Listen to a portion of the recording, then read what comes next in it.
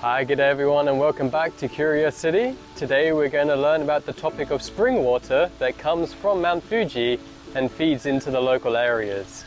To do this we're going to be exploring two different locations. Here we are at Kakita-gawa Park in Shizuoka Prefecture. Also recently we visited Oshino-Hakkai in Yamanashi Prefecture. Yeah, so let's come with us and let's explore and learn about how the spring water comes from Mt Fuji.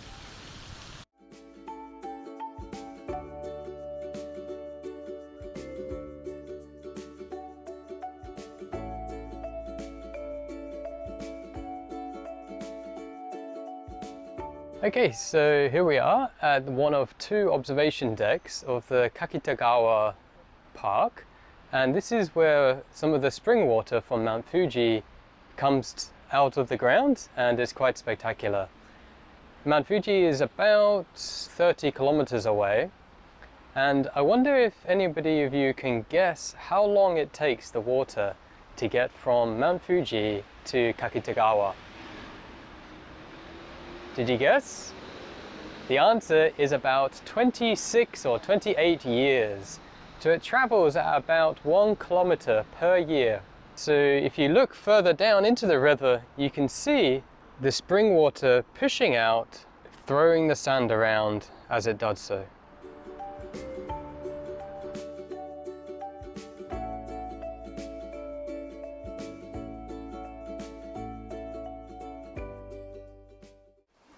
Okay, so now we're at the second observation deck in the Kakita-gawa Park, and this one is the largest of the springs and it's protected.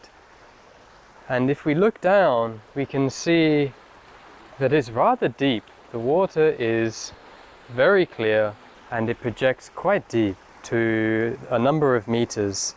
And because the water is very clean, very clear, a very delicate plant called the Mishima baikamo can survive here.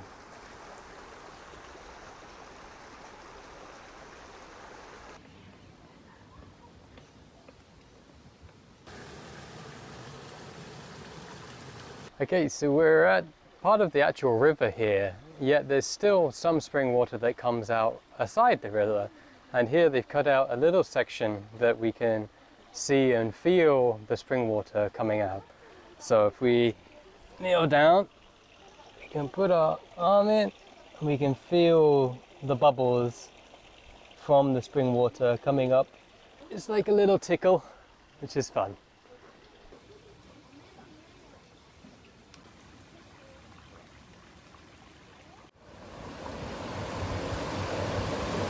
We are at a World Heritage Site called Oshino-Hakkai. This is the 8 ponds of the Hoshino area, and they are spring ponds. They are fed by Mt Fuji, and the reason that it's a World Heritage Site is not just that the water is a natural beauty, but also it is a very old religious site. And so we're going to explore the 8 different ponds, and now we have one of the ponds in front of us. Okay, and here we have Wakuike Pond.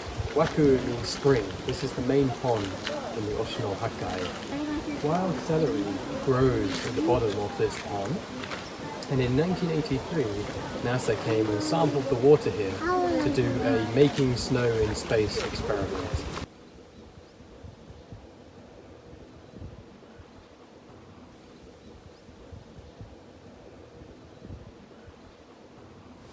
Okay, so the next pond is Choshi-ike Pond, and if you follow me, you can see the shape of it. It's a little smaller pond, but the shape of it is that of a Japanese sake bottle, and according to folklore, this one is good for matchmaking. Okay, so this pond is Okama-ike Pond. Okama means pot, and you can see that it's quite deep in this location. It's got 15-20 feet deep, and a deep spring comes up and sometimes it bubbles up and it's like a boiling pot, and that's what gives it its name.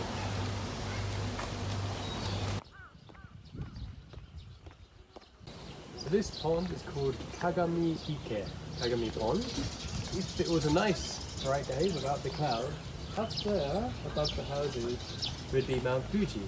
And Kagami means mirror. And so this pond is a reflection of Mount Fuji.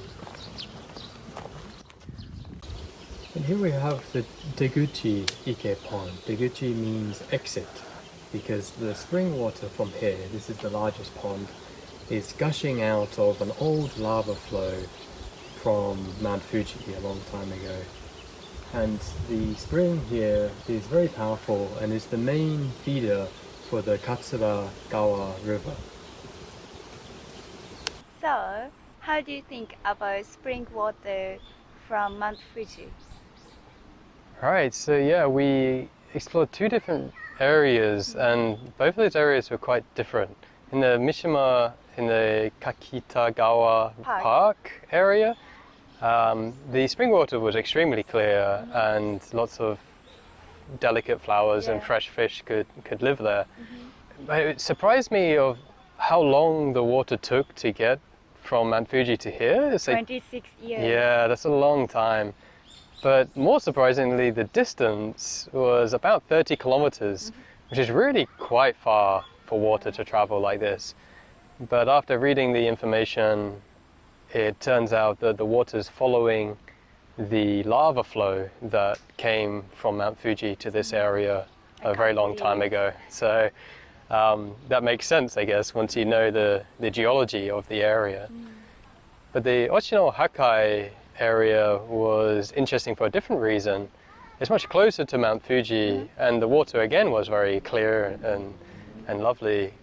But it provided a kind of cultural or religious significance a long time ago. Each of the springs had a different story, and I kind of liked that. That was kind of cool. And it was just a really nice kind of park and area. Have you ever seen similar ponds of Oshino-Hakkai? Like they have stories of religion or more history?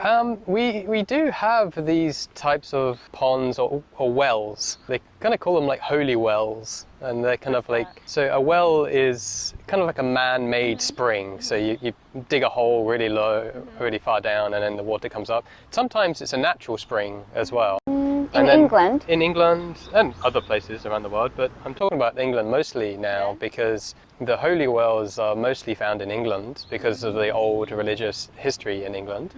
Actually, near my house we have one. It's only about a kilometre or so from my house in England. They would typically build a small shelter over the spring, over the well. In that shelter, it would have some religious significance, so people would maybe go and pray there, or each well would have a different story of a different saint going to visit or blessing that well. So we do have kind of a similar system, particularly for the religious significance, but some of these springs here are really quite cool, the way that it bubbles up the water. So you can feel the bubble. Yeah, so that was kind of cool to be able to experience that and to see that in the middle of like a city, which was kind of cool, because normally the springs you find them in the valleys or the hillsides or something like this.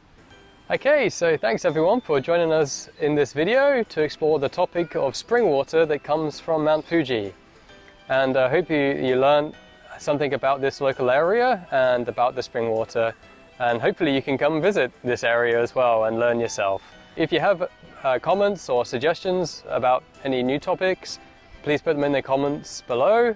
Otherwise, we will see you in the next topic, and until then, stay curious.